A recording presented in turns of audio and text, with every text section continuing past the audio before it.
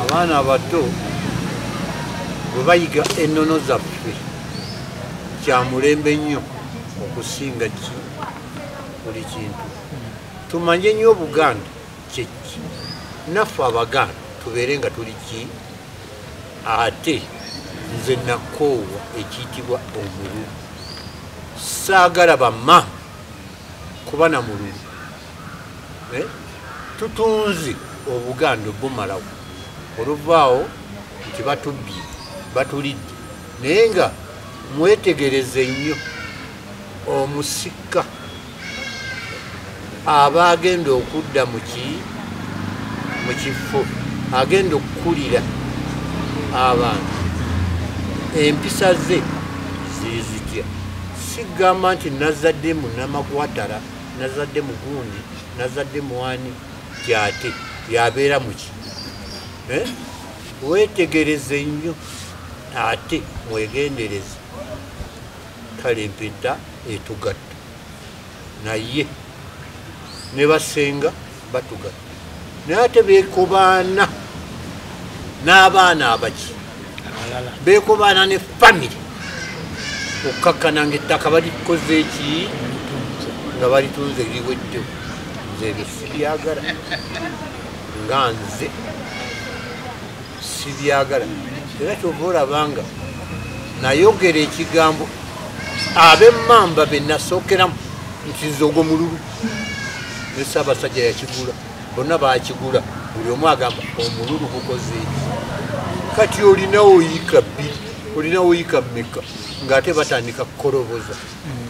Kwe bayita okukoloboza okwo nga nze sibikola ki, siri mabega wa Matisafu fe tuliyita mbuga, ne bw'oliteeka mu luggya ebeera ki, ebeera mbuga etugatta. Buli omu asabiramu ebizibu bye n'akola ki, n'abeerawo.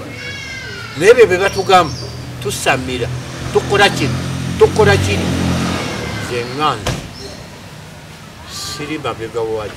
Naffe tulina embuga gyeyisagala, era bano nje batwalayo bwe tunaaba tulina oludde tukole ki, balambule bategere ne Basegabu nga we bali wonna, ABCD nga bwe tulina Amasiro wa Kasubi. Kati eri mba ngenze mu Shetaani, mba ngenze mu ki. Bwe bw'okuma ku kyoto wali ne bw'oyokya akanyama wali n'okalyako n'okola ki, oba okoze musango, omuntu yeebaka wansi. Nkulayirira ebirooto bivaawo, ebirooto bikola ki, era ogenda gyabo bakulambulula. Kiwulidde mukwano, Ssaabasajja bakawangaala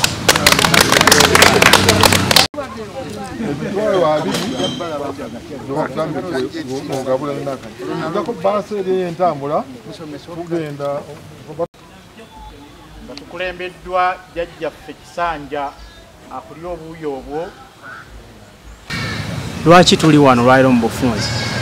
Okutwalira awamu olwaleero tuli mu kifo kino nga twazze mu twandiyise okulamaga ku mbuga ya jjajjaffe owa Kasolya atwala emmamba yonna, ng'abamu tubesiga lya Kisanja emajjo.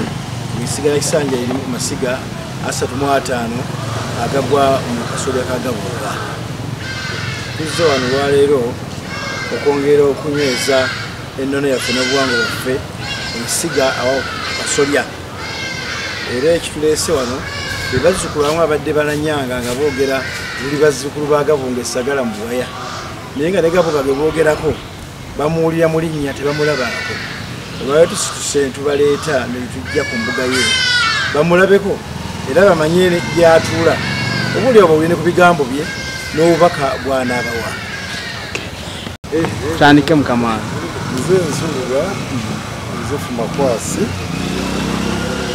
zaalibwa Karoli Bakwasi ekitange nimuzukulu wa Kagoberera nimuzukulu wa Kubanga nimuzukulu wa Walukali bonna bagalamidde Majje Buvuma mva mu mutwe gwa Kizinda esigala ya Kisanja Majjo era nze Kisanja aliwo lwange ndi musanyufu nnyo nakuwa leero nga nnya obanga ku ssaawa zino njogera mu mbuga ya jjajjaffe Gabungu wa Kasolya abantu baffe bazzukulu bange bava mu ssiga lya Kisanja babadde ennyonta n'ennenye egy'okutuukako wa jjajjaabwe era abasobodde basanyufu era nkiwa nti tebafunye wano ate bagenda kukuzaayo bannaabwe bandibadde bajja bangi naye bano bazzeeko bagenda kutumbulira omulimo tetufunye wano kiwa nti tugenda kuzimba essiga lyaffe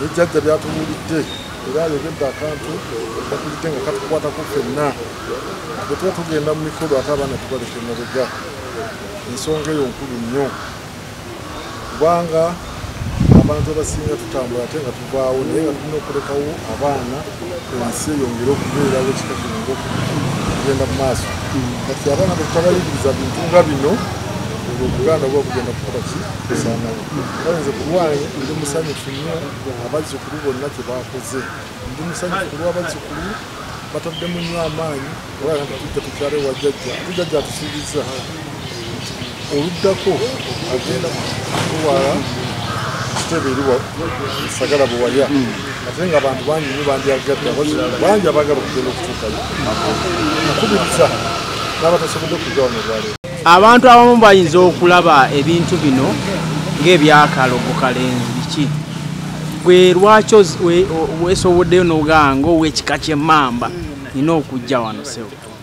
Sebo erinnya lyange nze Reverend Peter Paul Kiyaga mutabani w'omugenzi Abia Sali Budde yeebase agalamidde eyo mu Lugakyaggwe Kisoga.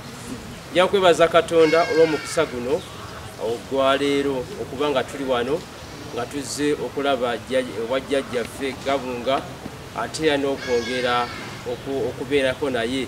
Ebigambo kino kyombuuza Ssebo era ng'Abaganda ekigambo kikulu nnyo okuba n'obuvo n'obuddu gye tuva. Emirundi egisinga tubeera tweddira ebika byaffe ate ne tuyingira okuweereza Katonda. Ekyamazima abantu abasinga bakozesa ekigambo kubanga neddira kino ate n'agamba nti ate sisobola kubeera mu bino ebyekika. Naye ekyamazima kitwagala okubakakasa abantu ba Katonda aba batuwuliriza mwenna aba batulaba nti nze Reverend Peter Paul Kiyaga ndi musajja wa mmamba era ekika kyange nkyagala nnyo era emba nga mpeereza Katonda wange ate era nga mbeera nga n'obwakabaka n'ekika kyange jjajjange Gabunga mwali mpulira nga n'essanyu ate nnyongera kufuna mukisa okusinga ate okwebuzaabuza n'enzira mubiri.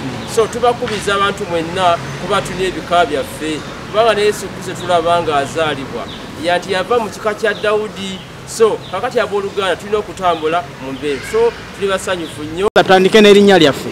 Nze Deo Apollo Musisi Nsooga. Njagala okukubiriza bayivu bannange mwenna nti omuntu yenna atamanyi nsibuko gy'ava ne bw'oba mugezi otya oba wabula. Tuzze wano bajjajjaffe Gabunga olwaleero okubalaga kino tuli basajja Baganda abeddira emmamba ate abava Ebusuma mu Kizibu. Ekibuuzo kibadde kitya?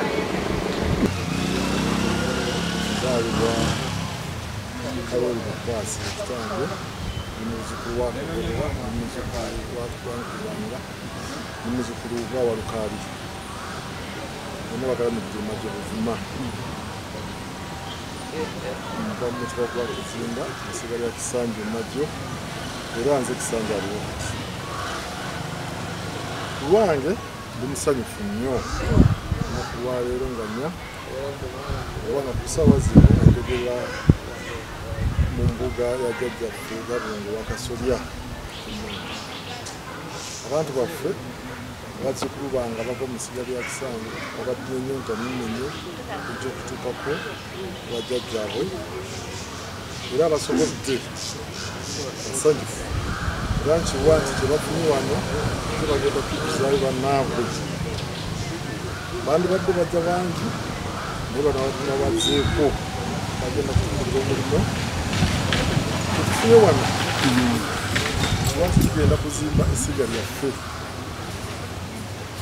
ejjajja byatubuulidde era ayogedde akantu batulidde nga katukwatako ffenna bwe tuba tugenda mu mikolo ate abaana tubaleka emabega ensonga eyo nkulu nnyo kubanga abantu abasinga tutambula ate nga tuvaawo naye nga tulina okulekawo abaana ensi eyongere okubeerawo ekika kino okugenda mu maaso kati abaana tetutabayigiriza bintu nga bino olwo obuganda bwa bugenda kukola ki kusaanawo bayinza ku lwange ndi musanyufu nnyo abazzukulu bonna kye baakoze